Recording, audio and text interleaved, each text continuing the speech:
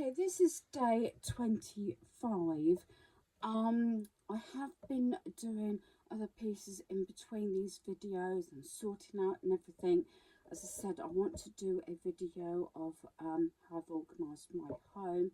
At some point, it was supposed to be done last year, but things happen, as you probably are aware. I'm also my youngest son has now moved out. He's got his own home, and I'm on my lonesome, and the games room is now going to become my craft room, stroke games room for myself. So it's all going to be my stuff. So I'm going from a craft cubby to a actual craft room. So luckily I'd already sorted out a number of different pieces, as you know, to do my craft cubby, embellishments and everything, and die cuts, Sizzix machine, everything like that. So a lot of things have been moving smoothly, although I have still got my white desk in my cubby and still moving pieces around. I've got another white bookcase. We went to IKEA for a second time. We've gone back for a third time actually, because we've got another list. But we've been doing that, measuring up, getting the majority of the larger furniture. My son got his bedroom furniture that we spent a day putting up and everything. That might be in another video, and things like that. But so I'm in between two areas at the moment. It is extremely early in the morning. I did get a few hours sleep, or probably a bit longer than that, but then I woke up and couldn't get back off to sleep. So I went through my cross stitch box. You might see that it changed from pink to white. I'm not getting rid of my pink boxes. They will stay in here. That will come more sort of explained at a later date, but I've mostly gone for white boxes because it's mostly white, black, cream walls, and touches of gold. So that's what my craft room is, because some of the furniture, there's two big desks and a big TV unit that I'm reusing in that room, because a lot of expense went onto that furniture. I know you shouldn't look at it that way, but I'm mixing some of my white furniture and hopefully my desk as well. So this is the cross stitch box. So I'm going to share how I've sorted out. I spent about an hour, I reckon, just flicking through it, bringing back some memories. So hopefully this will stand at the side. Right. So this is what I've got. This is how I've sorted it. So I've got my folder here that's got patterns in. This is the time when I used to do an awful lot of cross stitch before I started having a lot of treatment on my eyes. So I used to have a lot of magazines up until I was made redundant from my carer's job a number of years ago. So it's something I want to take back up. Every time I think I'm going to do it, I need decent daylight to do it as well. So I made an executive decision. I really will have to get on. So I got this box. I'm not sure where this came from now. It might be one of those things when Lidl first opened. I'm not sure. It's got the two compartments, which you might just be able to see. So if I lift these up, you can have a look that I've actually stored like all my threads in here. What you might realise that some of them, the little mini sort of patterns I've done previously, I've kept them. Some of them I've done 2 or 3 times. You can match up basically the threads anyway and reuse the patterns, which is what I've done. So I've got scissors in here, my needles are on there, I've got some little loops there, so I'm all set. I've got plenty of threads in these 2 compartments here. And then I've got my drawer here. I can slide this out. So much found in here. So this is my drawer. Oops, if that will balance. So I've got some Easter ones. These haven't been done. Some have. And I've done something very similar to this one. It's this one actually, because it's empty. That's with my Christmas tree decorations, because I went through a stage that I was doing one a day, not one a day, sorry, one a year. And I've got some little Christmas ones here. Like I said, these kits, a lot of these came from Hobbycraft, and once you've done them, you can actually keep them and reuse the pattern, because very often I've got all those colours anyway. So this is full of just little things and little kits and everything. This is what I will start off. I've even got an owl one here, look.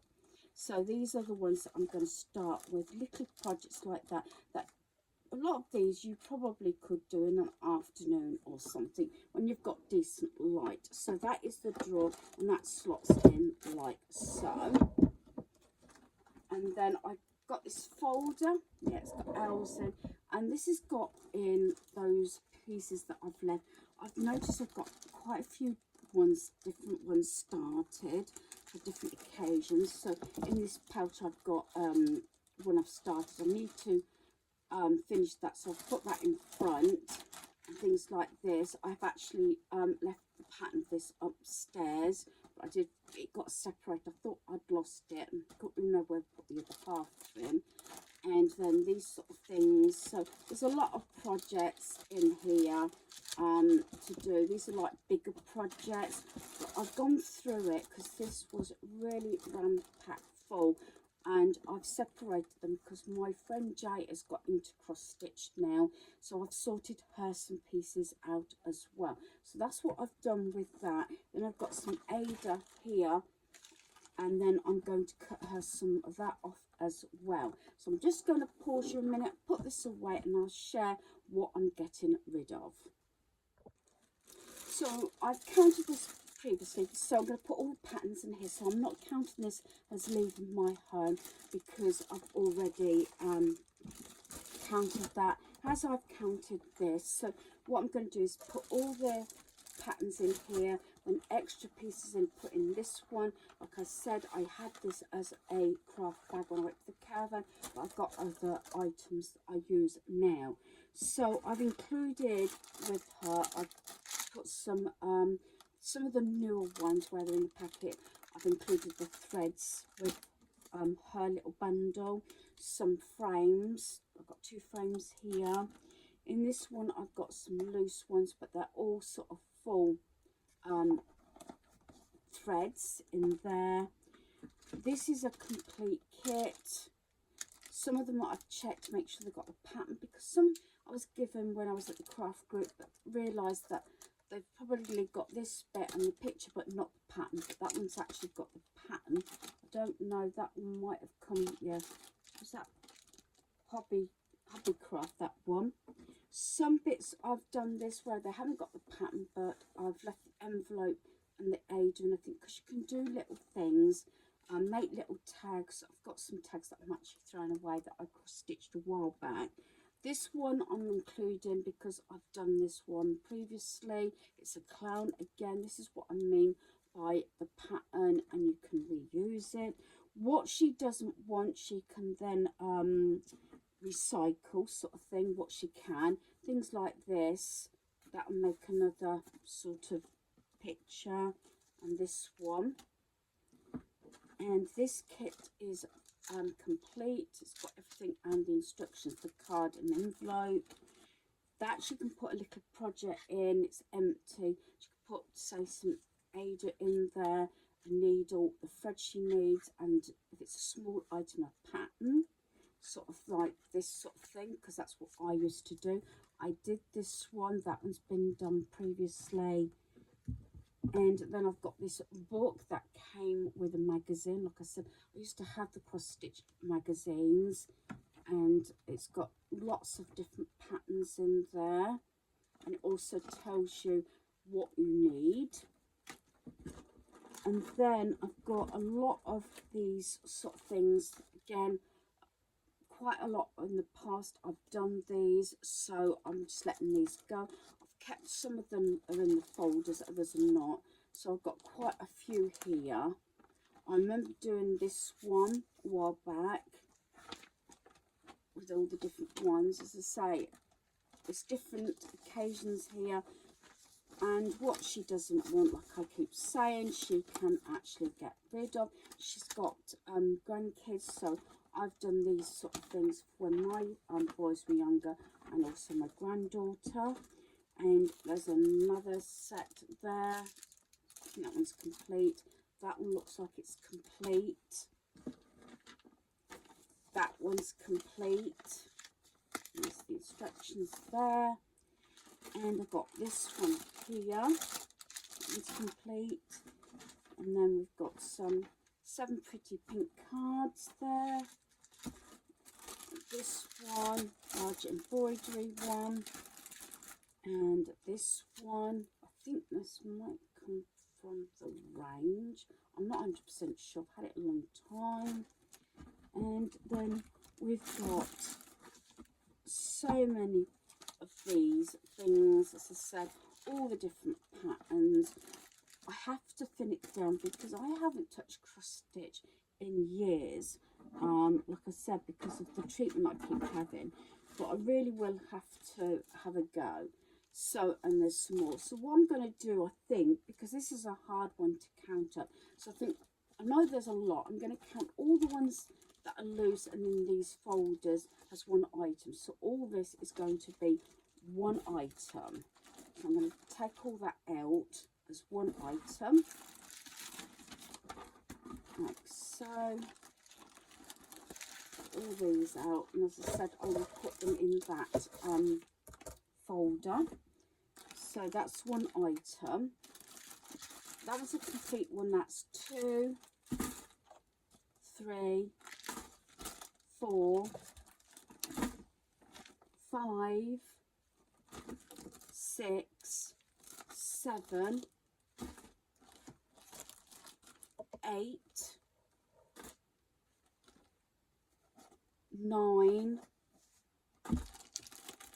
count, that's 10, 11, 12, and then what I do is 12, count all this as 13